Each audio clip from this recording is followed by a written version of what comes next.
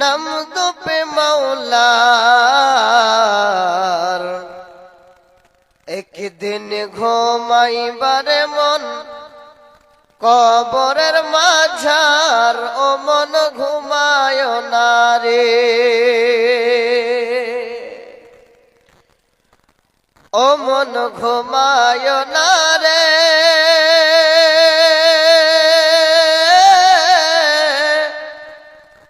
নামদ pay মাওলার একদিন ঘুমাইবার মন কবরের মাঝার ও মন ঘুমায় না রে। ঘুম ঘুম কর রে মন ঘুমাবার লাগিয়া, একদিন ঘুমাইবার মন জিন্দেগির লাগিয়া, ও মন ঘুমায় না রে, ও মন ঘুমায় না রে।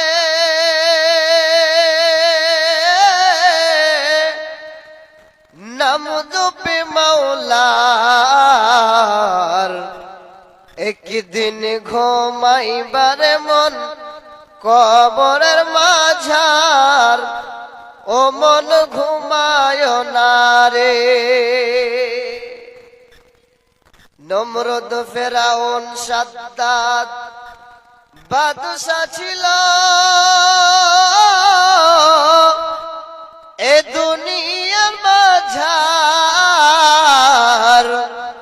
একে একে সব চইলা গেলেন জাহান্নামের দরবার, ও মন ঘুমায় না রে, ও মন ঘুমায় না রে। নামদ পে মাওলার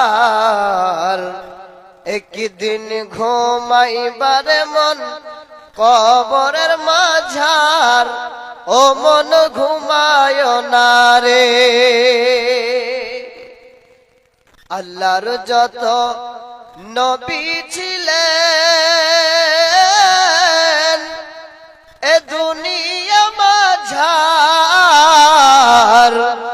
একে একে সব চইলা গেলেন জান্নাতের দরবার, ও মন ঘুমায় না রে, ও মন ঘুমায় না রে। নামদ পে মাওলার একদিন ঘুমাইবার মন কবরের মাঝার, ও মন ঘুমায় না রে, ও মন ঘুমায় না রে। নামদ পে মাওলার একদিন ঘুমাইবার মন কবরের মাঝার, ও মন ঘুমায় না রে। উপস্থিত সম্মানীয় নির্বাচিত আজকে সভার সভাপতি সাহেব, সকল পর্দার আড়ালে বসে থাকা অবলা সরলা মা খালা বোন ও বন্যানেরা, আমি আল্লাহর কোরআন থেকে একটি আয়াত আপনাদের সামনে পড়লাম, সহি সুন্নাহ থেকে একটি হাদিস পড়েছি। এই আয়াত আর হাদিসকে কেন্দ্র করে যে বিষয়ের উপরে আমি আজকে আলোচনা করব সেটা হচ্ছে নারী, কোন নারীকে মুমিনা সালেহা বলা যাবে, নিদর্শন আদর্শ নারীর গুণ কোনটা, আর আদর্শ নারী কাকে বলা যাবে না। মা আমার একটু কর্ণপাঠ করে বিষয়টা তোমরা শ্রবণ করবে। আমি আয়াত পড়েছি, আপনারা শিক্ষিত মানুষ, জ্ঞানী মানুষ, কোরআন ও হাদিস বুঝেন। আমি যে বিষয় আলোচনা করব চেষ্টা করব আল্লাহ যেন আমাদের শোনার শোনার পরে আমলের জন্য পরিবর্তন করার জন্য তৌফিক দেন, বলেন আল্লাহুম্মা আমিন। ভাইজান, যিনারা দাঁড়িয়ে আছেন আল্লাহর রাস্তায় একটু বসেন, আর যিনারা দোকানে পাশারে ঘুরে বেড়াচ্ছেন আল্লাহর রাস্তায় একটু পেন্ডালে আসার চেষ্টা করবেন। আদর্শ নারীর গুণ কি? একজন সাহাবী হযরতে সাওবান রাদিয়াল্লাহু তাআলা আনহু তিনি বর্ণনা করছেন যে আল্লাহর নবী, লাউ আলিমনাল মাল খায়রুন, যদি আমরা পৃথিবীর মধ্যে জানতে পারতাম যে সব থেকে অতি উত্তম সম্পদটা কি, ফানাত্তাখিযাহু, সেটাকে আমাদের কাছে আমরা সংগ্রহ করে রাখতাম। এবার আল্লাহর নবী জবাব দিচ্ছেন, ওরে আল্লাহর বান্দা, ওরে সাওবান, তুমি জানতে চাইলে রে পৃথিবীর মধ্যে সব থেকে উত্তম দামি সম্পদ কি? ওরে সাওবান, তুমি জানতে চাইলে পৃথিবীর মধ্যে সব থেকে দামি সম্পদ কি? ওগো আল্লাহর নবী, যদি আমরা জানতে পারতাম নবী গো, ফানাত্তাখিযাহু, সেটাকে আমার সংগ্রহে রাখতাম, আমার হেফাজতে রাখতাম।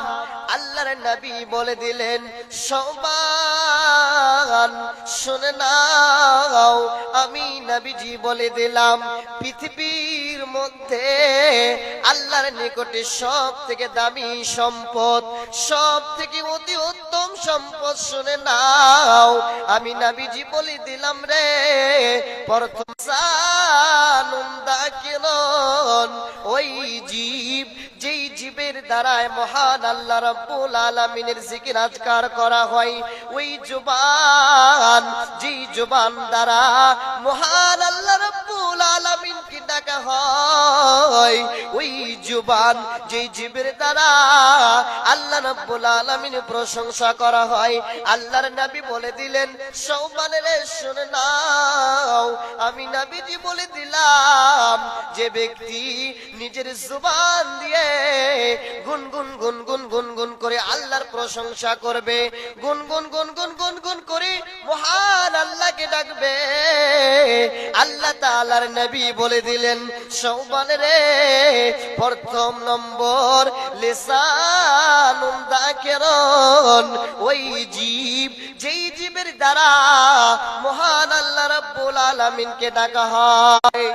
মা আমার, বোন আমার, যদি আপনি এরকমের নিজের জবান দিয়ে মহান আল্লাহ রাব্বুল আলামিনের প্রশংসা করতে পারেন, আল্লাহর যদি আপনি জিকির আজকার করতে পারেন, নবীজি বলে দিলেন, শুনে নাও, ওই নারীটা হচ্ছে আদর্শবান নারী, যেই নারী নিজের জবান দিয়ে গুনগুন গুনগুন গুনগুন করে আল্লাহকে ডাকবে, আল্লাহ, সুবহানাল্লাহ, আলহামদুলিল্লাহ, সুবহানাল্লাহ, আলহামদুলিল্লাহ, এই শব্দ যদি নিজের জবান দিয়ে কোন নারী বলতে পারেন, নবীজি বলে দিলেন, শুনে নাও, ওই নারীটা হচ্ছে আদর্শবান আল্লাহর নিকটে নারী।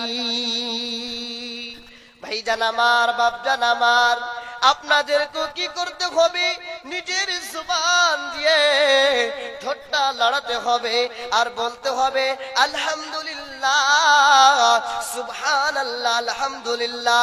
এর বিনিময় কি রয়েছেন? নবীজি বলে দিয়েছেন, শুনে নাও, সব থেকে দামি সম্পদ, সব থেকে অতি উত্তম সম্পদ আল্লাহর নিকটে যেই নারীটা, যেই পুরুষটা নিজের জবান দিয়ে গুনগুন গুনগুন করে আল্লাহকে ডাকে, গুনগুন গুনগুন করে আল্লাহকে ডাকে, শব্দ বলে সুবহানাল্লাহ। যত রকমের ইবাদত রয়েছে, যত রকমের দোয়া রয়েছে, যদি নারী বলতে আল্লাহর নাম বলছেন, এই নারী। ভাইজান আমার, বাপজান আমার, এবার আসেন 2 নম্বরে, আল্লাহ আল্লাহর নবী বললেন সৌবান রে শুনে নাও, আমি নবীজি বলে দিলাম দ্বিতীয় নম্বর ওই সম্পদটা, ওই অতি উত্তম সম্পদ, ওই অন্তর, যে অন্তরে মহান আল্লাহ রাব্বুল আলামিনের শুকর আদা করা হয়। হে মা, হে বোন আমার, আল্লাহর নবী বলেছেন ওই অন্তর, যে অন্তর অল্পতে আল্লাহ রাব্বুল আলামিনের শুকর আদা করে। আমার স্বামী সকালবেলা ইনকাম করতে বেরিয়ে যায়, আবার যখন ইনকাম করে বাড়িতে ফিরে আসে আমার জন্য 300 টাকার একটা শাড়ি কিনে নিয়ে এসেছে। সেই সময় যদি আলহামদুলিল্লাহ বলে যদি শাড়িটা গ্রহণ করতে পারেন, আল্লাহর নবী বলে দিলাম ওই নারীটা হচ্ছে আদর্শবান নারী। ভাইজান আমার, বাপজান আমার, শুধু তা নয়, হে মা, হে বোন আমার, আদর্শবান নারী দেখেন কাকে বলা হয়।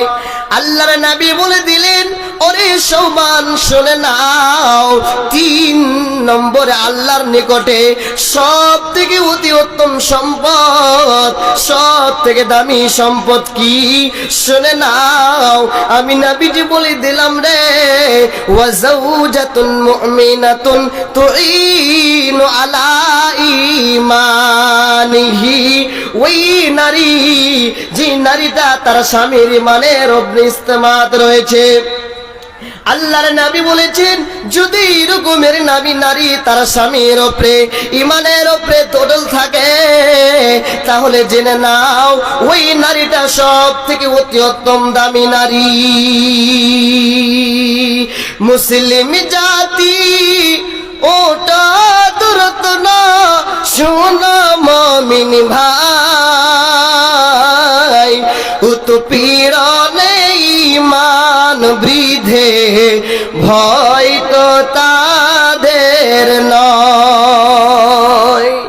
মুসলিম জাতি ওটো দূরত না, শোনা উৎপীড়নে ঈমান বৃদ্ধে ভয় তো তাদের নয়।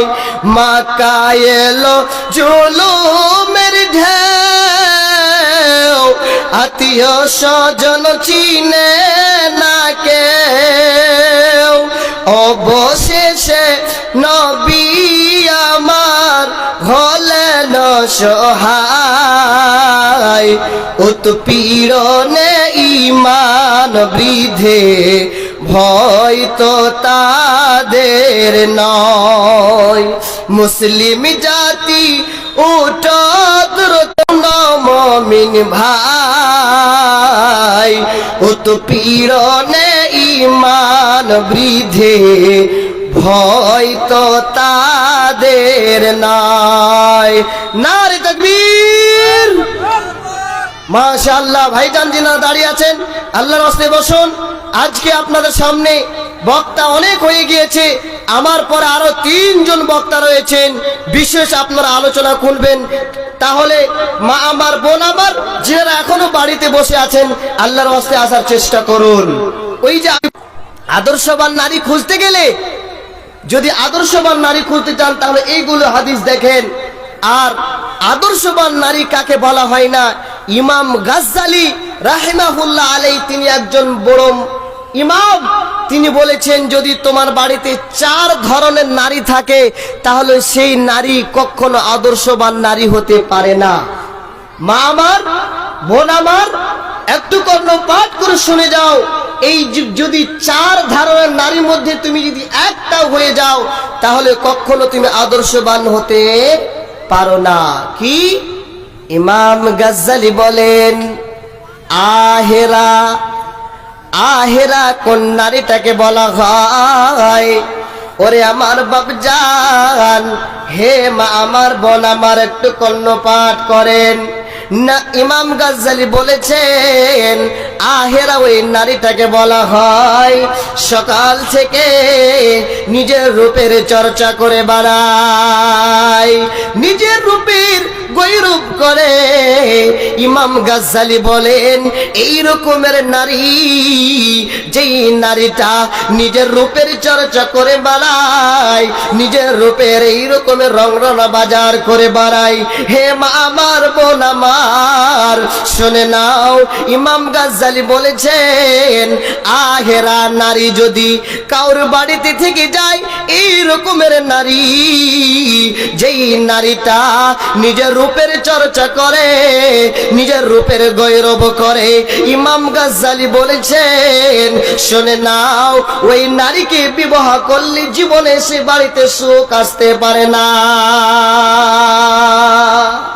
হে মা আমার, বোন আমার, একটু লক্ষ্য করে শুনে যাও, ইমাম গাজ্জালী চার ধরনের নারীকে বিবাহ করতে মানা করেছেন। আর এই 4 ধরনের নারী কখনো আদর্শবান নারী হতে পারে না। প্রথম নম্বর আহেরা। আহেরা ওই নারীটাকে বলা হয় যেই নারীটা সারাদিন নিজের রূপের চর্চা করে বেড়ায়। ভাইজান আমার, মা আমার, বোন আমার, দেখবেন টাউন বাজারে যাবেন, এমন নারী রয়েছে নিজের রূপের চর্চা করে, নিজের রূপের গৌরব করে। ইমাম গাজ্জালী বলেছেন এই রকমের নারী কখনো আদর্শবান হতে পারে না, এই রকমের নারী কখনো জান্নাতি হতে পারে না। এই রকমের নারী যদি আমি আপনি বিবাহ করে নি, নিজের বাড়িতে কখনো সুখ জিনিসটা আসতে পারে না।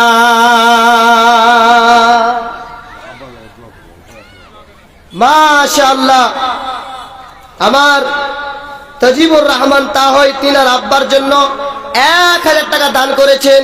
আমার বিয়ে অসুস্থ রয়েছে, সর্দার সাহেব, আল্লাহ গো আল্লাহ, এই দানের বিনিময় সর্দারজিকে তুমি আল্লাহ সুস্থতা দান করো। আল্লাহ, এই দানের বিনিময় আমার বিয়াইকে, সর্দারজিকে তুমি আল্লাহ সুস্থতা দান করিও। আল্লাহ, তোমার কাছে দোয়া করি আল্লাহ গো আল্লাহ, শুরু থেকে শেষ পর্যন্ত আল্লাহ সবাইকে দানের হেদায়েত দিও। আল্লাহ, তোমার কাছে দোয়া করি এ দানের বিনিময় তাকে সুস্থতা দান করো, দানের বিনিময়ে তাকে শেফায়ে কামেলা আজিলা দান করো। আজিবিল বাস রব্বানা শাফিআন তাশাফিলা শিফাওয়া ইল্লা শিফান লা ইউগাদিরু সাকামা। আমিন আমিন। প্রথম নম্বর বললাম, ইমাম গাজ্জালী বলেছেন আহেরা ওই নারীটা যে নিজের রূপের চর্চা করে বেড়ায়। দ্বিতীয় নম্বর খুদি শটে বলছে শোনেন, নাদিসা। মা আমার, বোন আমার, নাদিসা কোন নারীটাকে বলা হয়?